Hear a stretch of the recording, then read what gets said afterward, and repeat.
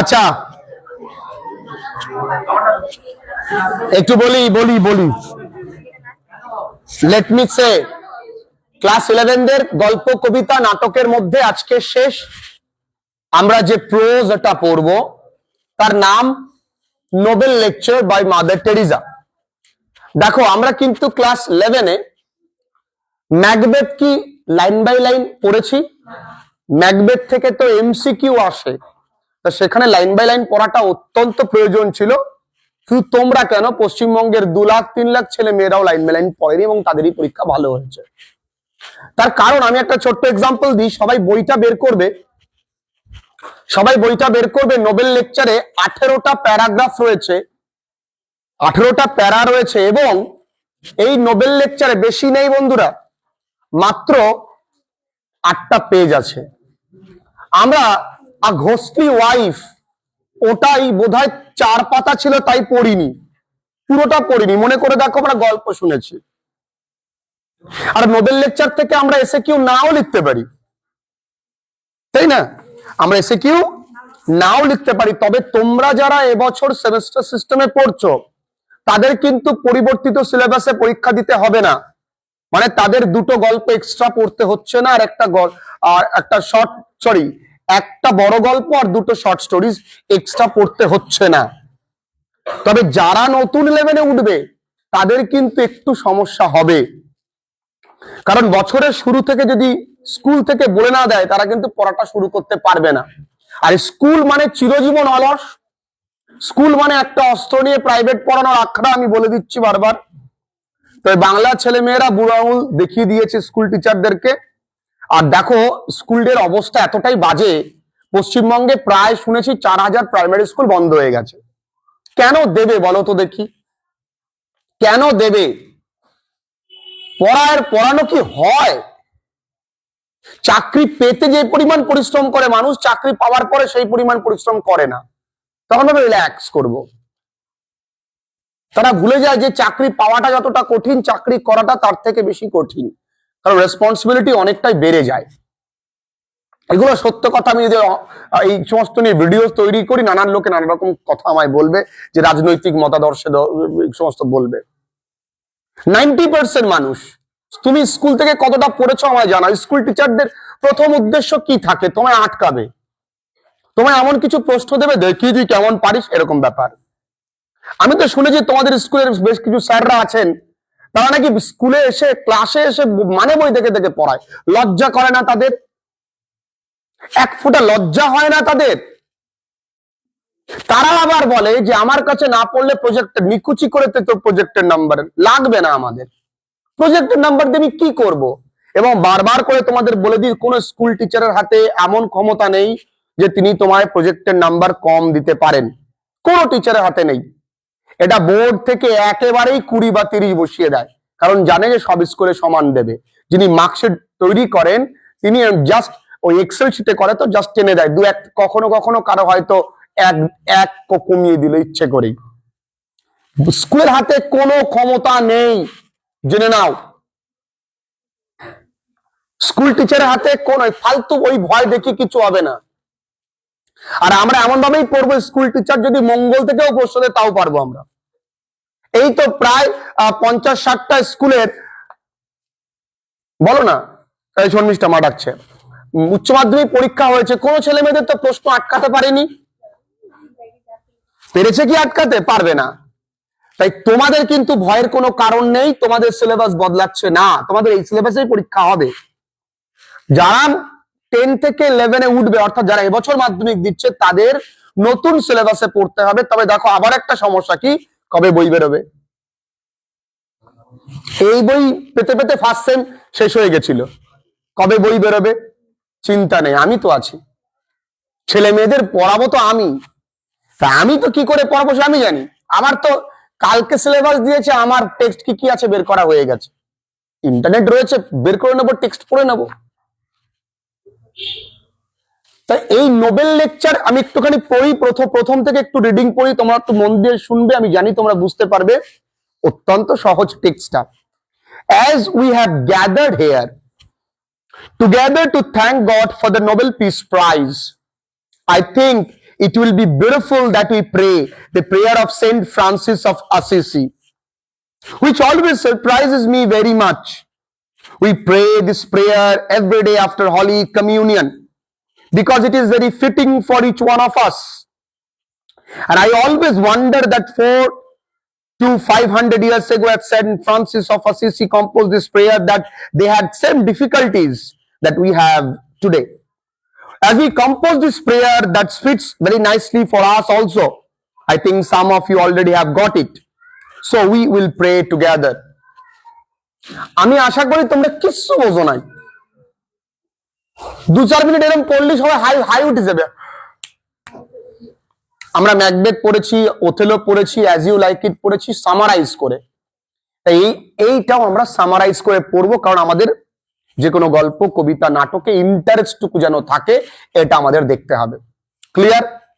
তাই ক্লাস 11 এর সব একদম শেষ prose Nobel lecture written by Mother Teresa.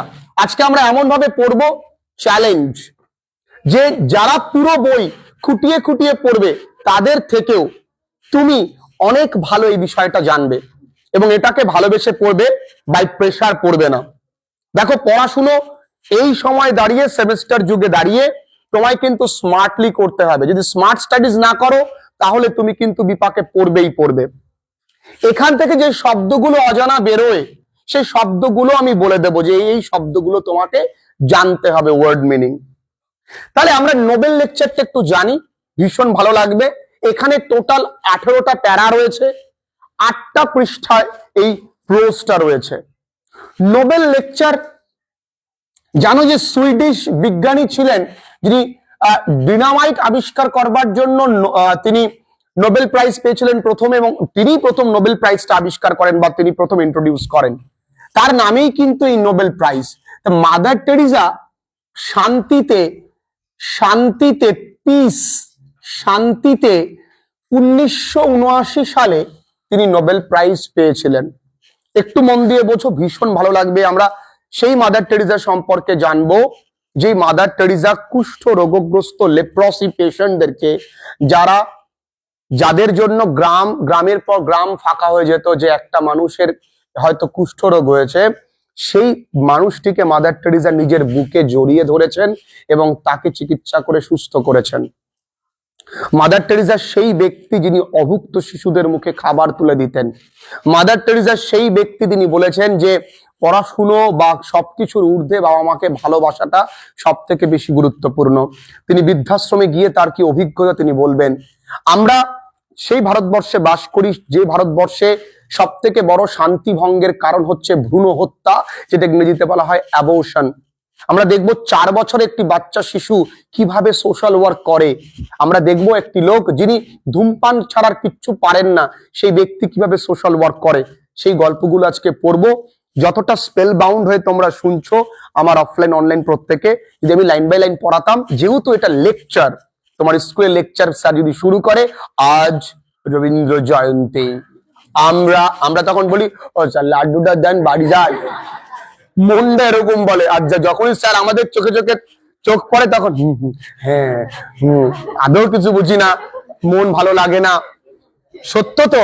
কিন্তু বেশ কিছু স্যার যখন জমিয়ে গল্প দিয়ে শুরু করেন, ভালো লাগে কিন্তু শুনতে। আমরা গল্প দিয়ে শুরু করব। তা দেখো, এই নোবেল লেকচার আরেকটা বানান আছে বাবু, NOBLE। এই নোবেল মানে মহান, আর এই নোবেল মানে একজনের নাম, ইটস আ প্রপার নাউন, বা নোবেল প্রাইজ কে বলতে পারো। আর এই নোবেল মানে মহান। তাহলে মাদার টেরিজা 1979 সালে শান্তিতে নোবেল প্রাইজ পেয়েছিলেন, এবং সেই সময় ওই প্রাইজটা নেওয়ার সময় তিনি যে বক্তব্য রেখেছিলেন, তাই তার এই প্রোজটার নাম হয়েছে নোবেল লেকচার। ক্লিয়ার? তিনি কবে বক্তব্য রেখেছিলেন? 1979 11 ডিসেম্বর। আরো একজন শান্তিতে নোবেল প্রাইজ পেয়েছিলেন, আমরা জানি বর্তমান বাংলাদেশের আমরা পরিচিত, তার নাম আর বলাটা ঠিক নয়, তিনি শান্তিতে কেন পেয়েছেন এটাই আমার কাছে প্রশ্ন। যাই হোক, মাদার টেরিজার আসল নাম কি? আসল নাম অ্যাঞ্জেস গোংজি ওজাগজুই। খুব রাগ হলে আমাকে এটা বলতে পারো, অ্যাঞ্জেস গোংজি বোজাকজুই, অ্যাঞ্জাস, গঞ্জি, নট গেঞ্জি, বোজাকজুই। ওকে, তিনি একজন অ্যালবেনিয়ান ইন্ডিয়ান ক্যাথলিক নান ছিলেন। ও বন্ধু, তিনি অ্যালবেনিয়াতে জন্ম, তার অধিকাংশ জীবন কাটে কি কোথায়? ভারতে। যেমন আফ্রো আমেরিকান ছিলেন মায়া অ্যাঞ্জেলিউ, তার জন্ম কোথায়? আফ্রিকাতে। অধিকাংশ জীবন কাটে কোথায়? আমেরিকাতে। ক্যাথলিক নান মানে যে মানুষ খ্রিস্ট ধর্মে দীক্ষিত হয়ে তার পুরো জীবনটা মানব সেবার জন্য দিয়ে দেয়, তাকে বলা হয় ক্যাথলিক। আর নান মানে সন্ন্যাসিনী, এবং নানের ম্যাসকুলিন জেন্ডার হয় মঙ্ক, মানে সন্ন্যাসী। ক্লিয়ার? আচ্ছা, তিনি প্রতিষ্ঠাতা কি মিশনারিজ অফ চ্যারিটি, ভারতবর্ষেও আছে। মাত্র 12 বছর বয়সে তিনি সিদ্ধান্ত নেয় যে আমি গৃহত্যাগ করব, আমি সন্ন্যাসিনী হব, এবং সেই সিদ্ধান্তে তিনি ফলপ্রসূ 18 বছর বয়সে কিন্তু তিনি গৃহত্যাগ হয়ে তিনি তোমাদের থেকেও দেখতে সুন্দরী, এত সুন্দর মানুষ, তিনি তার সারাটা জীবন কার জন্য দিয়ে দেয়? মানব সেবায়, মানুষের ভালো করবার জন্য। সালমান খান একটা ফিল্ম ছিল, ফিল্মটার নাম কিক। ওখানে বলেছিল আসলি কিক কোথায়? মানুষের ভালো করাতে। তুমি কোনো অভুক্ত মানুষকে খাইয়ে দেখো, আলাদা শান্তি। জাস্ট অন্ধ ব্যক্তিকে রাস্তাটা পার করে দেখো, মনে একটা আলাদা শান্তি। তা এই মানব সেবা যে জীবনে পরম তৃপ্তি পাওয়া যায়, তার গল্প থেকে আমরা পড়ব। তিনি যখন নোবেল পিস প্রাইজটা পেয়েছিলেন, নাও বইটা ধরো, তখন তিনি বলেছিলেন যে আজ আমরা বক্তব্য শুরু করব একটা প্রেয়ার দিয়ে। এখান থেকে কিন্তু আমাদের প্রোজটা স্টার্ট হচ্ছে। কি প্রেয়ারটা? বলেছে, she requested the people gathering there to start with the prayer of Saint Francis of Assisi। যেমন দেখো, যেমন আমাদের কিছু মন্ত্র আছে না? জবাকুসুম শঙ্কাশন কশ্যপিং মহাদ্যতিং দন্তারিং সর্ব পাপগ্নম প্রণতস্মে দিবাকরম। এই মন্ত্র কেউ না কেউ কম্পোজ করেছেন, তাই না? একই রকম ভাবে এই তারা যে মন্ত্রটা বলে, সেই মন্ত্র বলার বা তৈরি করার পেছনেও কারণ আছে। এই মন্ত্রটা তৈরি করেছেন আসেসি দেশের একজন, তার নাম সেন্ট ফ্রান্সিস। একে আবার সেন্ট জনও বলা যায় বা নামে ডাকা হয়। তিনি আনুমানিক 400 থেকে 500 বছর আগে এটা কম্পোজ করেছিলেন, এবং এই প্রেয়ারটা হলি কমিউনিয়নের পরে করা হতো। এবার হলি কমিউনিয়ন মানে কি তোমরা জানবে? হলি কমিউনিয়ন মানে কি? দেখো, তোমাদের একটা টার্ম আছে মিড ডে মিল, তোমরা জানো? আচ্ছা, মিড ডে মিলের উদ্দেশ্য কি ছিল? যাতে করে ছেলেমেয়েরা স্কুলে যায়, নট খেতে যায়। হলি কমিউনিয়নের উদ্দেশ্য ছিল, এখানে যেহেতু অত্যন্ত ঠান্ডা, অত্যন্ত গরিব মানুষজন, তাই ওইখানে প্রার্থনা বা মন্দিরমুখী করার জন্য তিনি একটা প্রার্থনা বা একটা সহজ প্রেয়ার লেখেন। সেই প্রেয়ারের শেষে সবাইকে একটু ওয়াইন আর একটু রুটি বা ব্রেড দেওয়া হতো। এই মানুষ ওজন্য মন্দিরে যেত, আস্তে আস্তে ধর্মের পথে মানুষ এসেছে। সেই 400-500 বছর আগে যেই প্রেয়ারটা কম্পোজ করা হয়, যে প্রেয়ারটা হলি কমিউনিয়নের জন্য হতো, সেই প্রেয়ারটা দিয়ে আজকে আমরা শুরু করব, কারণ আজকে আমি শান্তিতে নোবেল প্রাইজ পেয়েছি। ক্লিয়ার? দেখো, প্রত্যেকটা জায়গা আমি তোমাদের বুঝিয়ে দিচ্ছি। তিনি বলেছেন যে we have been created by God to live in peace. আরে ভগবান আমাদেরকে কেন বানিয়েছে? শান্তিতে বসবাস করবার জন্য। আর আমরা শান্তি আমাদের মনে নেই। যতই তুমি শান্তি বিড়ি খাও, শান্তি তোমার মনে নেই, তাই না? আমরা কিন্তু কেউ শান্তিতে থাকি না। দেখো, জেসাস বিকেম ম্যান। ভগবান প্রতি যুগে ভগবান কিন্তু মানুষ রূপে আমাদের কাছে এসছে। ভগবান শ্রীকৃষ্ণ বলো, শ্রী চৈতন্য মহাপ্রভু বলো, হযরত মোহাম্মদ বলো, যীশু খ্রিস্ট বলো, তারা সব মানুষের সব গুণ পেয়েছে এক্সেপ্ট সিন। তারা শুধু মানুষের পাপটুকু নেয়নি। আর যদি নিতই, তাহলে ভগবানকে এত সমস্যার সম্মুখীন হতে হতো না, তাই না? দেখো, ভগবান শ্রীকৃষ্ণ ভাবতো তার জন্ম কারাগারে, জন্মের পরের দিন মা ছাড়া, পিতৃ পরিচয় ছাড়া প্রতি মুহূর্তে তাকে কিন্তু নানা রকম বিপদের সম্মুখীন হতে হয়েছে, এবং বিপদ যেমন তেমন বিপদ নয়, প্রাণ চলে যাওয়ার বিপদ। তবুও তিনি ঈশ্বর। যীশু খ্রিস্ট ভাবতো মরতে এসছে, মানুষের জন্য এসছে, মানুষের কাছে গুড নিউজটা দেবেন, তাই to bring that good news to the poor, গরিব মানুষের কাছে শান্তির বার্তাটা নিয়ে যাবেন, সেজন্য তিনি এসছেন। তো তার পরিণতি কি হয়েছিল? তাকে ক্রুশবিদ্ধ করে মারা হয়েছিল। কেন? তিনি সত্যকে সত্য, মিথ্যেকে মিথ্যে বলেছিলেন তাই। কারণ তার মধ্যে তো কোনো পাপ ছিল না। এবং দেখো, যদি ধরো না তোমার মা জানে যে এই পথে গেলে তোমার মৃত্যু অবধারিত, তোমার মা তোমায় সেই পথে ছাড়বে? নিশ্চয়ই না। ভগবান জানে যে আমার সন্তানকে মরতে পাঠালে আমার সন্তান এইভাবে মৃত্যুবরণ করবে, আমার সন্তানকে পেরেক দিয়ে ফুটিয়ে ফুটিয়ে মারবে, আমার সন্তানের মাথায় পেরেক ফোটাবে, হাতে ফোটাবে, পায়ে ফোটাবে, তাও দিয়েছেন। কারণ God loved the world so much, তিনি পৃথিবীকে এতটা, তিনি আমাদেরকে ঠিক এতটাই ভালোবাসে, তাই তিনি ভগবানকে তার নিজের ছেলেকে দিয়েছে। কার কাছে? Virgin Mary. ভার্জিন মানে অবিবাহিত। তার দেখো, তার জন্ম থেকেই কিন্তু তার জীবনে বিড়ম্বনা শুরু। তার এমন এমন মায়ের গর্ভে জন্ম হয়েছে যার বিয়েই হয়নি। ভার্জিন ম্যারির গর্ভে ভগবান যীশু খ্রিস্ট গেছে। না তো বুঝতে পেরেছে যে আমার গর্ভে ভগবান এসছে। as soon as যখনই ভগবান তার গর্ভে এসছে, তাড়াতাড়ি করে সে দৌড়ে গেছে, হেস্ট মানে দ্রুততার সঙ্গে, এই খবরটা দিতে। তার কার কাছে? তার খুড়তুতো ভাইয়ের কাছে, টু হার কাজিন গেছে, বোন বা ভাইয়ের কাছে। ওই যে সন্তানটা ইন দা উম্ব অফ এলিজাবেথ, মানে এলিজাবেথের গর্ভে, গর্ভে যে সন্তানটা যে এখনো জন্মায়নি, আনবর্ন চাইল্ড মানে অজাতক শিশু, ওই ছিল প্রথম শান্তির বার্তাবাহক। কেন শান্তি? এই ছেলেটা কত কষ্ট সহ্য করবে, তবুও কিন্তু বলবে হে গড ফরগিভ দেম। তুমি ভাবো তো, একটা মানুষকে ক্রুসিফাইড করা হচ্ছে, তাকে পেরেক দিয়ে ফোটানো হচ্ছে, রক্ত রক্ত পড়ছে, সে মানুষটা বলছে এরা এরা বোকা, এরা জানে না কি ভুল করছে, এদের ক্ষমা করে দাও।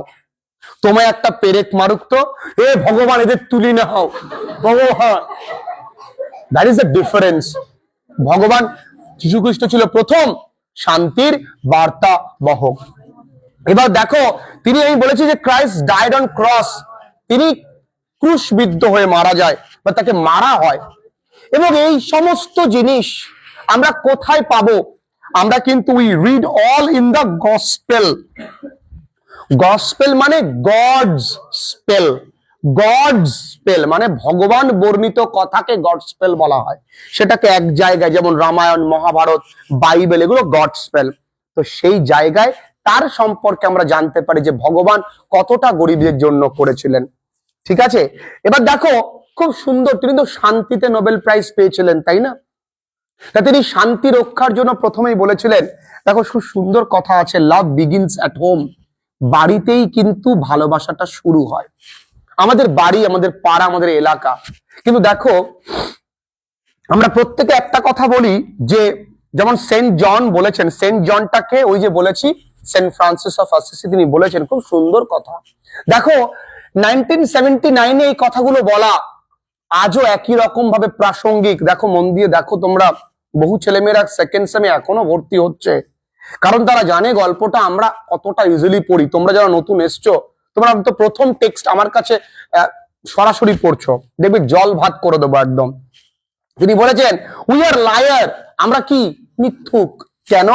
যদি আমরা বলি যে আমরা ভগবানকে ভালোবাসি, কিন্তু আমরা প্রতিবেশীদের ভালোবাসি না। সবাই এই পৃথিবীতে সবাই প্রতিবেশীকে একটা নামে আখ্যা দেয়, বোঝে কম বলে বেশি।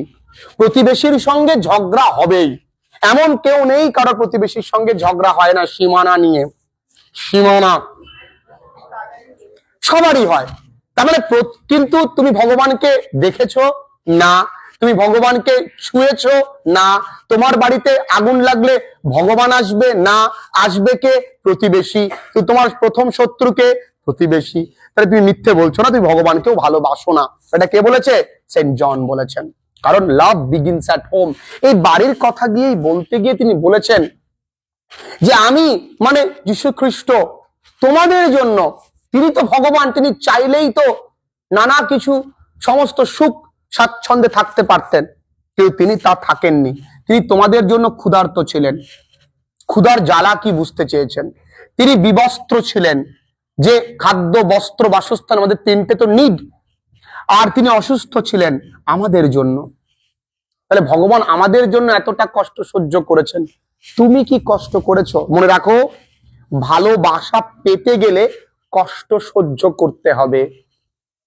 যে বলে না আমি ভালোবাসি তোমায়, তার মানে ভালোবাসতে গেলে তোমাকে কষ্টটা সহ্য করা শিখতে হবে। If you love someone you must learn to be hurt. কারণ তুমি ধরো কাউকে ভালোবাসো XYZ, তাকে পেতে গেলে তোমাকে প্রথমত অপমান সহ্য করতে হবে। কারণ তুমি কি করো প্রশ্ন আসবে, এবং ওই অপমানের আগুনটাকে জীবনে নিয়ে তুমি যখন জীবনে কিছু পাওয়ার লড়াইতে যাবে, প্রত্যেকটা দিন তোমার কাছে কষ্টের। যদি এই কষ্টটা তুমি নিতে পারো তবেই তুমি ভালোবাসা পাবে। ভালোবাসা equals to love, equals to heart. যদি না পেতে পারো, না পেতে চাও, তাহলে ভালোবেসো না। গোলাপ ফুল পেতে গেলে তোমাকে কিন্তু কাটার আঘাতটাও সহ্য করতে হবে। তাই সুন্দর প্রবাদ আছে, কাটা হেরি ক্ষান্ত কেন কমল তুলিতে, দুঃখ বিনা সুখ লাভ হয় কি মোহিতে। শুধু ভালোবাসি বললেই হবে, ভালোবাসতে গেলে কষ্টটাও সইতে হবে। তাই দেখো আমাদের ভগবান কিন্তু প্রত্যেক যুগে যুগে কষ্ট সহ্য করেছেন।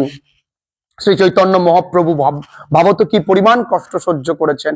ভগবান শ্রীকৃষ্ণ দেখো কত কষ্ট সহ্য করেছেন, তাই না?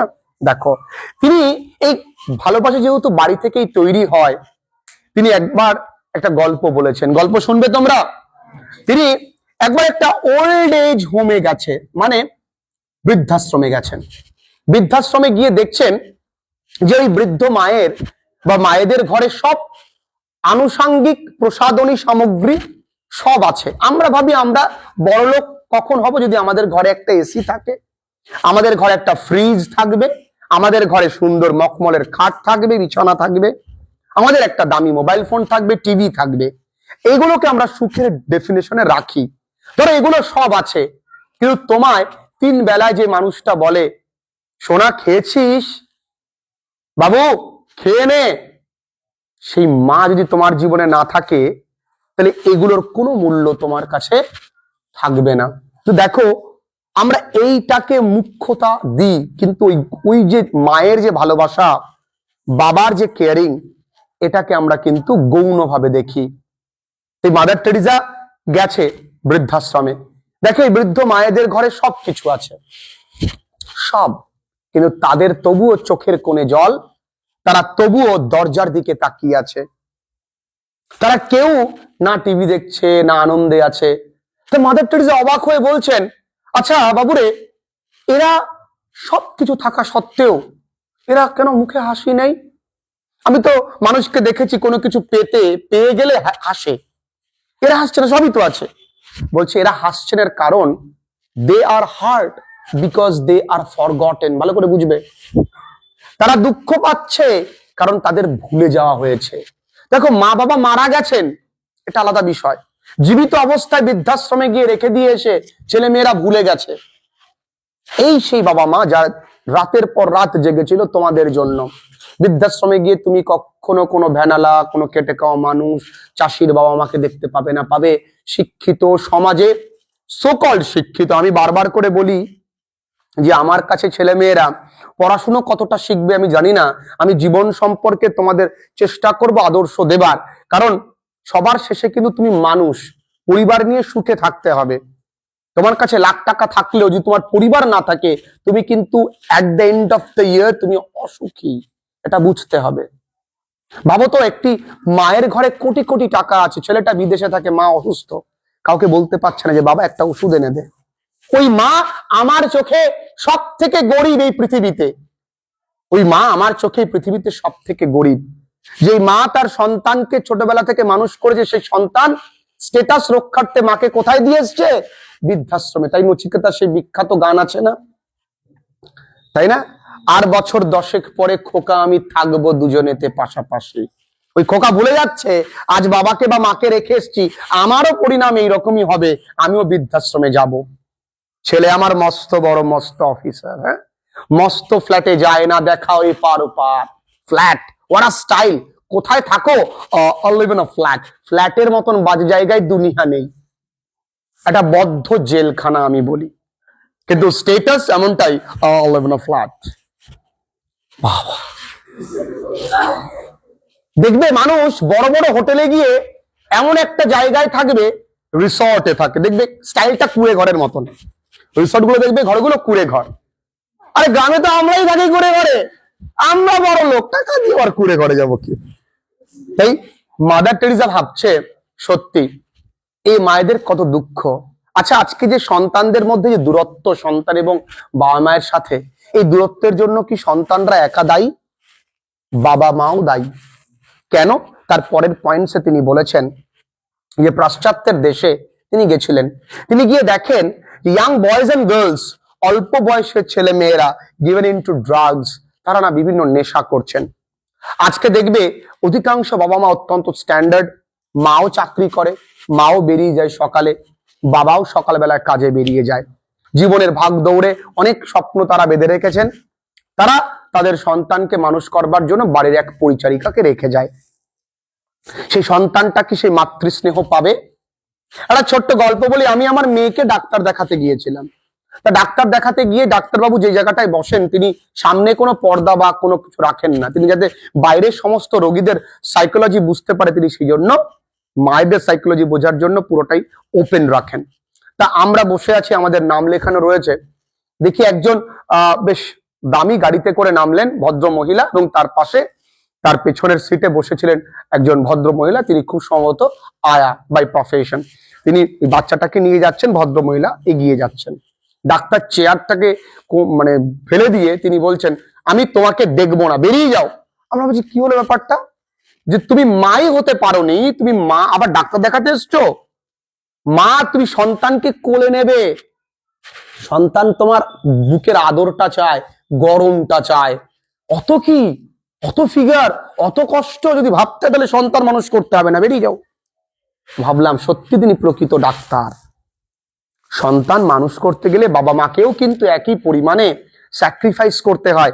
দুজনেই বেরিয়ে যাচ্ছে, বাচ্চাটা পরিচারিকার কাছে থাকে, বাচ্চাটা তো মন খারাপ হতেই পারে, বাচ্চাটা রাস্তায় বেরিয়ে যায়, রাস্তায় বেরিয়ে তার মতন অনেক দুঃখী পায়, তাদের বাবা মাও বেরিয়ে গেছে, দুঃখী দুঃখী বিশাল বন্ধু, শান্তি খুঁজে শান্তি বিড়ি তো খাবেই, given into drugs, given into কি ড্রাগস, সেই কারণে তারা ড্রাগস নেয়। আচ্ছা ভাবো তো, আচ্ছা ভাবো, আমরা সন্তান নিয়ে এত ভাবি, এবং বাবা মায়ের কথা বলার ধরনও কিন্তু বদলে গেছে।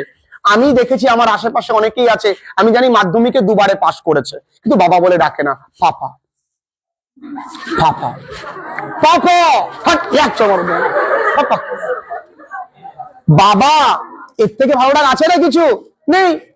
এবং বাবা মা এসে জিজ্ঞাসা করবে না, বাবা খেয়েছিস, বাবা ভালো আছিস, what about your marks, please tell me, what was my exam, how was your exam, এইভাবে ছেলেগুলো না ভয় থাকে, what is it, এটা নয়, এটা কোনো স্ট্যান্ডার্ড নয় বাবা। এই ছেলে মেয়েরাই পরবর্তীকালে বাবা মাকে ভাত দেবেন, এটা নিশ্চিত। আচ্ছা বলতো, মাদার টেরেসা শান্তির কথা বলছেন, এই শান্তি সব থেকে বড়, দ্য গ্রেটেস্ট ডেস্ট্রয়ার, সব থেকে বড় অফ পিস, শান্তি ভঙ্গের কারণ কি জানো?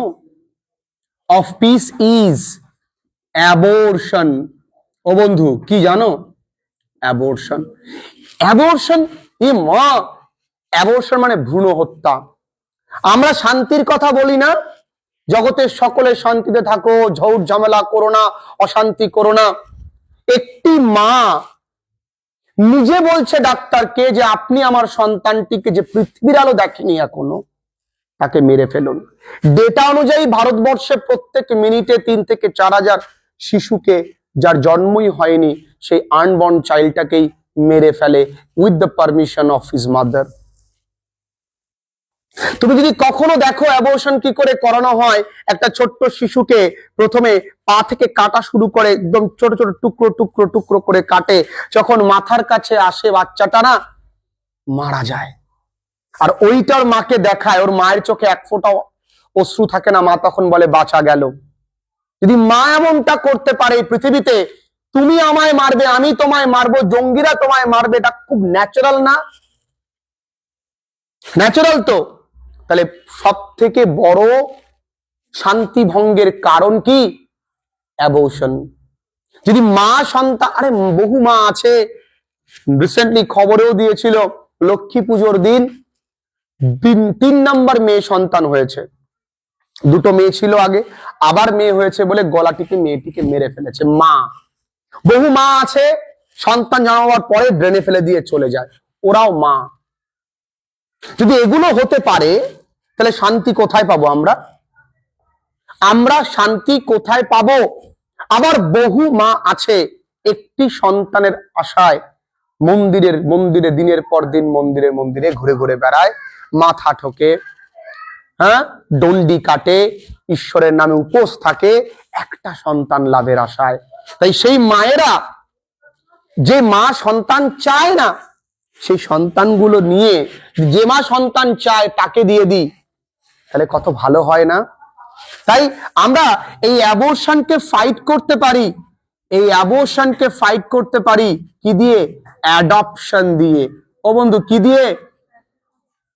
এই মাদার টেরিজা এই প্রথম মানুষ যিনি এত সুন্দর একটা জিনিস করেছিলেন। তিনি হাসপাতালে, পুলিশ স্টেশনে, বিভিন্ন বড় বড় অফিসিয়ালসে গিয়ে বলেছেন যে কোনো মা যদি অবিবাহিত মা, অনেক সময় হয় অবিবাহিত মা যদি সন্তান সম্ভবা হয়ে যায় তাহলে তার সমস্ত দায়িত্ব আমি নেব। সন্তানটি প্রসবের পর সেই সন্তানটি আমি অন্য কোনো মায়ের কাছে তুলে দেব যে মা সন্তান নেই বলে চোখের জল ফেলছে।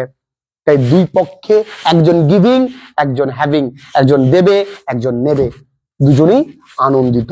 অ্যাটলিস্ট বাচ্চাটা মরবে না। ভাবো তো, সন্তান জন্মাবার পর ফেলে দিল, কুকুরে খাচ্ছে, মার এক ফোঁটা দুঃখ হয় না? হয় কি?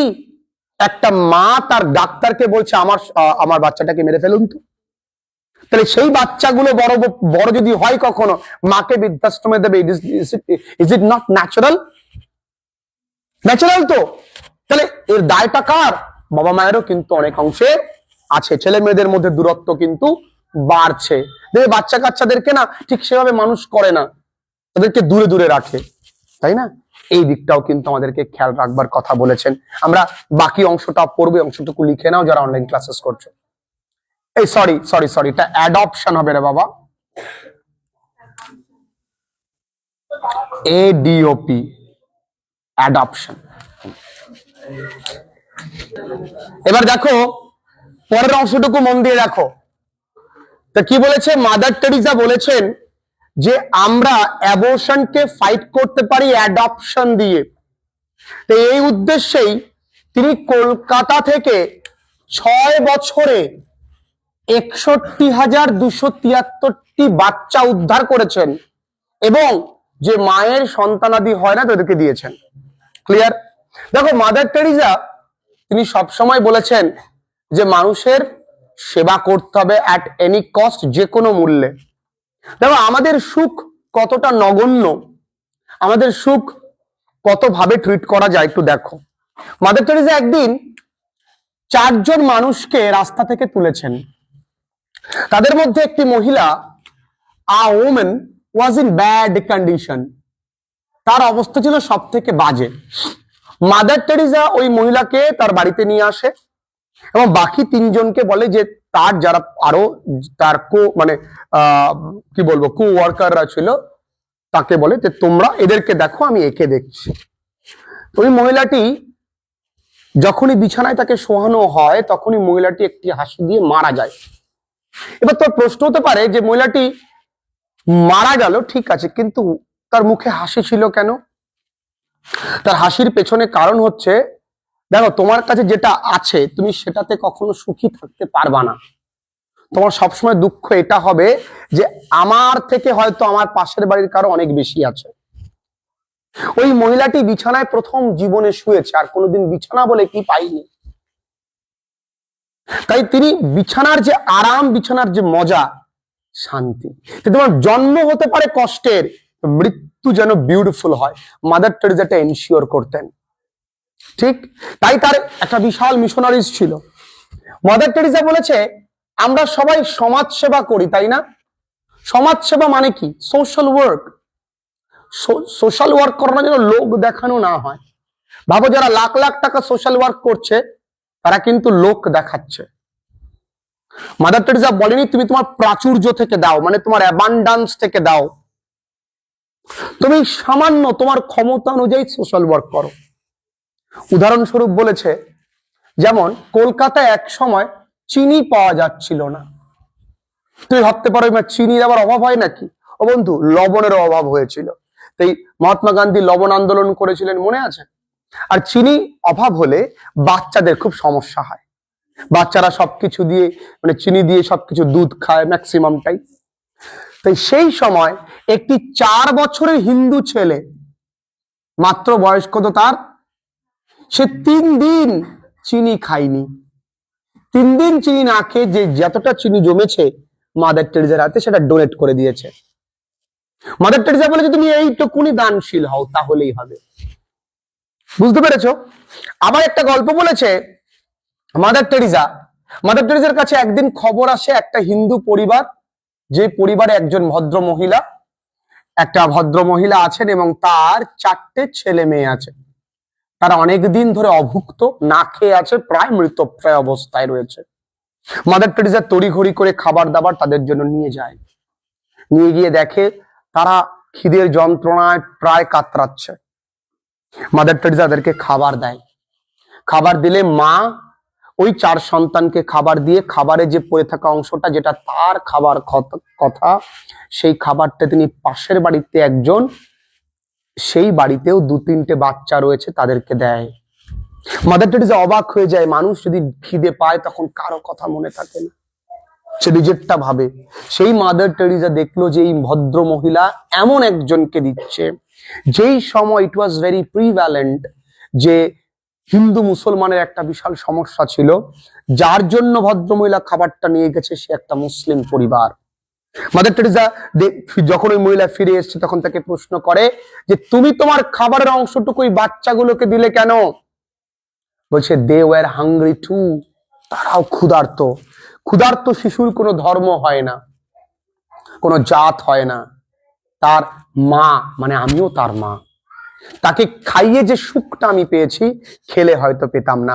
পরবর্তীকালে মাদার টেরেসা আবার খাবার নিয়ে আসে এবং মহিলাটিকে খাওয়ায় এবং মহিলাটিকে তার পরবর্তীকালে তার টিমেও নিয়ে নেয়। যে এত দানশীল মানুষ হতে পারে এই পৃথিবীতে, তাই তুমি এতটুকু দানশীল হও। মাদার টেরেসা বলেছেন যে আমরা সব সময় একে অপরের সঙ্গে দেখা করব উইথ স্মাইল, হাসি দিয়ে। কেমন আছেন? ভালো আছি। আপনি ভালো আছেন তো? এটা বিদেশে, hey hello how are you? I am fine. আমাদের দেশে কেমন আছেন? আমি আর ভালো রে। বিদেশে ক্লাসেস গুলোতে hello hello students, today we have a lot of fun by learning it. আর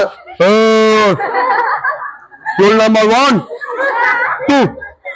2 যেন কেউ মেরে বা বউয়ের সঙ্গে ঝগড়া করে এসছে, কারো মনে শান্তি নেই। যদি তুমি না হাসতে পারো তাহলে তোমার কাউন্টার পার্ট হাসবে না। গৌতম বুদ্ধ বলেছেন what you think you will become, তুমি যা ভাববে তুমি তাই হবে। যদি তুমি ভাবো তুমি দুঃখী, তুমি আজীবন দুঃখী থাকবে। যদি ভাবো তুমি সুখে আছো, তুমি সুখে আছো। যদি মনে করো তোমাদের সামনে দাঁড়িয়ে থাকা লোকটা তোমাদেরকে জীবনে সফলতা পেতে সাহায্য করবে, তাহলেই সেটাই শেষ কথা। গতকাল এসএসসি জিডিতে রেজাল্ট বেরিয়েছে, আমার বহু স্টুডেন্টরা চাকরি পেয়েছে। বহু স্টুডেন্ট আসছে তাদের নিয়ে ক্লাসেস, বহু স্টুডেন্ট পেয়েছে। তাহলে দেখো, তোমাকে বিশ্বাসটা করতে হবে, কারণ smile is the beginning of love. এটা নিয়ে বলবার কিছু নেই। হাসি হচ্ছে ভালোবাসার শুরুয়াত, বিগিনিং অফ লাভ।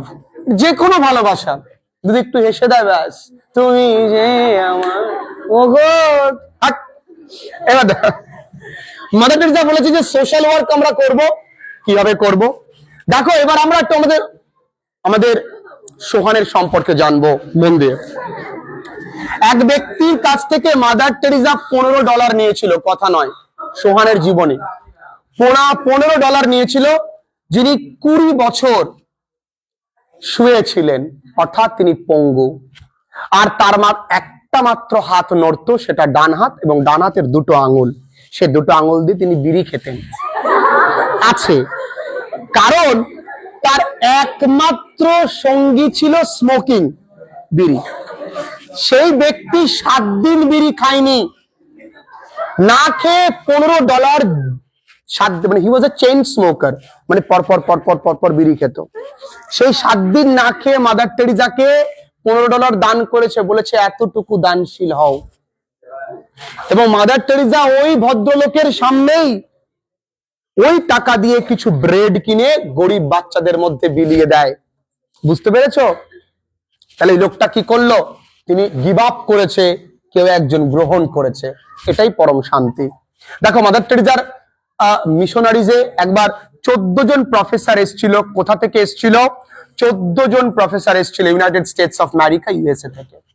তা মাদার টেরিজার একটা ঘর আছে, একটা মিশনারিজ আছে, যেখানে 36,000 মানুষ রয়েছে। তার মধ্যে 18,000 মানুষ অলরেডি বিউটিফুল ডেথ হয়েছে। বিউটিফুল ডেথ আমি বলেছি যে মাদার টেরিজা সবসময় মৃত্যুটাকে সুন্দর হবে বলতেন। মৃত্যু যন্ত্রণার নয়, মৃত্যুই আমাদের জীবনের পরম শান্তি। আলটিমেট পিস আমাদের জীবনে কিন্তু মৃত্যু। কারণ মাদার টেরিজা সবসময় বিশ্বাস করে যে তুমি যেভাবে তোমার জন্ম হতে পারে, কিন্তু মৃত্যুর দায়িত্ব আমি তোমার নিতে পারি, জন্মের দায়িত্ব নিতে পারবো না। তাই মাদার টেরিজা বলেছেন ভগবান আমাদের ভালোবাসেন এবং আমাদেরকে সুযোগ দিয়েছেন অপরকে ভালোবাসার। তাই তো তোমরা ভালোবাসছো, তাই না? তাই তিনি তার নোবেল পিস প্রাইজ, তার শান্তির পুরস্কার তিনি সমস্ত নরওয়ের বাসিন্দাদের প্রতি উৎসর্গ করে দিয়েছেন। এই বলে তিনি বলেছেন যে আজকের এই শান্তির পুরস্কারটা আমার একার নয়, তোমাদের প্রত্যেকের। শান্তি ঘরে থেকে তৈরি হয়, শান্তি মাকে ভালোবেসে, ভাইকে ভালোবেসে। আমাদের অনেক সময় এমনও হয় যে আমাদের বাড়ি থেকে দুঃখে আছে, কে কষ্টে আছে, আমরা তার খোঁজ রাখি না। এই কারণে আজকাল প্রত্যেকের মধ্যে একটা কথা খুব প্রিভ্যালেন্ট, দ্যাট ইজ ডিপ্রেশন। কারণ মনের কথা বলবার সময় নেই। হয়তো 3 জন খেতে বসেছি, আমি, মা, বাবা। মা সিরিয়ালে, আমি গোপাল ভাঁড়ে, বাবা হয়তো খবরে লিপ্ত। তাহলে এই খাওয়া না। তিনি আরেকটা দারুণ কথা বলেছেন যে কোন পরিবার একত্রে থাকে, কোন পরিবার? বলেছে family that praise together stage together. যেই পরিবার একত্রে প্রার্থনা করে সেই পরিবার কিন্তু একত্রে থাকতে পারে, স্টেজ টুগেদার। দেখবে বিদেশিরা যখন খায় তখন তারা কিন্তু ঈশ্বরের নামে প্রার্থনা করে। দেখবে মুসলিমরা যখন খায় তখনও তাই করে। মুসলিমরা একত্রে নামাজ পড়তে যায়, আর আমাদের ঈশ্বরের কাছে যাওয়ার উদ্দেশ্য একটা, এলআইসি করব। ঠাকুর তোমায় কিছু টাকা জমা দিচ্ছি, অমুক দিনে অমুকটা না পেলে কিন্তু হবে না। তার পরিবর্তে কিছু সন্দেশ তো তোমার জন্য ঠাকুর খাওয়ার জন্য বসে রয়েছে। তাই আমাদের উচিত আমাদের প্রথম শান্তি প্রতিস্থাপন করা আমাদের ঘরে, আমাদের পাড়ায়, প্রতিবেশীদের সঙ্গে। তবেই ধীরে ধীরে ধীরে ধীরে পুরো পৃথিবীটা শান্তিময় হয়ে উঠবে। বুঝতে পেরেছো? আজকের গল্পটা এখানেই শেষ। ক্লাস 11 এর প্রত্যেকটা গল্প, কবিতা, নাটক, ছোট গল্প যতটা পেরেছি সহজে বুঝিয়েছি। এবার আমাদের ব্রড কোশ্চেন, এবার আমাদের রাইটিং, এবার আমাদের গ্রামারের পালা, সেটাও হাতের মুঠোয় নিয়ে আসবো। ঠিক আছে? আজকে ক্লাসটা এই পর্যন্তই।